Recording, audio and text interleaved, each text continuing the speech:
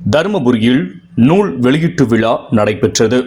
விழாவிற்கு எழுத்தாளர் சீதாலட்சுமி வரவேற்றார். கவிஞர் ஜெயப்பிரகாசம் முன்னிலை வகித்தார். ஆசிரியர் பயிற்றுனர் குணசேகரன் விழா அறிமுக உரையாற்றி பேசினார். தமிழ் இயக்க மாவட்ட செயலாளர் அதியமான் நூல் குறித்து பேசினார்.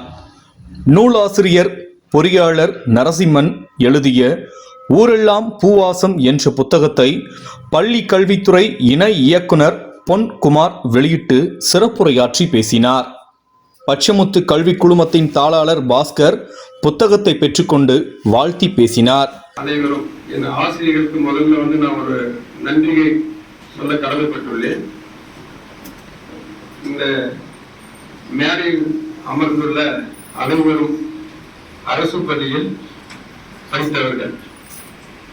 இப்போ இந்த சமூகத்தில் ஒரு பெரிய பிரச்சனை என்னன்னா, அரசு பள்ளியில படிச்சாக்க வாழ்க்கையில முன்னேற முடியாதுன்றதுதான் ஒரு பெரிய மைண்ட் செட் வச்சிருக்காங்க. அது உண்மை கிடையாது. பணம் இருக்கிறவங்க கொண்டு போய் தனியார் ஸ்கூல்ல போய் சேர்த்துறாங்க. பணம் இல்லாதவர் பெற்றோர்கள் அந்த குழந்தைகள் அறிவில் என்று சொல்றதெல்லாம் ஒரு அர்த்தமே கிடையாது. அது ஒரு தப்பான கருத்து. அது நாங்கெல்லாம் செருப்பு கூட இல்லாம நாங்க நடந்து இங்க அதிகமாக நாங்கெல்லாம் படிச்சிருக்கிறோம். பொன்குமார் அதே மாதிரிதான். யாருமே இங்க இருக்கிறவங்க தனியார் பள்ளியில படிக்கல. தருமபுரி மாவட்ட கம்பன் கழக செயலாளர் குமரவேல் உள்ளிட்ட பலர் வாழ்த்தி பேசினர். இறுதியில் நூல் ஆசிரியர் பொறியாளர் நரசிம்மன் நன்றி கூறினார். நிகழ்ச்சியில் ஏராளமான தமிழ் ஆர்வலர்கள் கலந்து கொண்டனர்.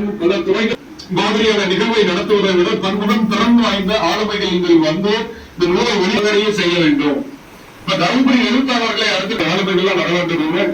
நரசிம்மன் இந்த நிகழ்வு ரொம்ப ஆளுமை இருக்கும் பொழுது அந்த நிகழ்வு மிக சிறப்பானதாக மாறிவிடும். அந்த வகையில் இன்றைக்கு மேடையில் இவர்கள் இருவரும் வீட்டிருப்பது உண்மையிலேயே எங்களுக்கு ஒரு பெரிய மகிழ்ச்சி தான்.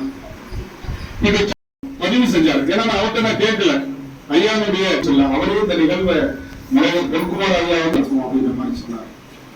அடுத்ததாக அவருக்கு இந்த அதுல உடனே ஐயன்கிட்ட பேச ஆரம்பிச்சோம்னா உடனே இங்க கீழே இருந்துதான் பேசணும்.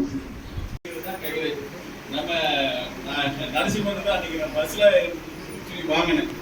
இவரு கல்வியை பத்தி எங்களை விட அதிகமா இருக்கிறார். அதான் எங்களுக்கு வருத்தமா போச்சு. என்ன கல்வித்துறையில் இருக்கிற எங்களை விட கவிதை எங்களோட அதிகமாக இருக்காரு. அதுல ஆசிரியருக்கு இடத்திலே பாசம் இருக்காது.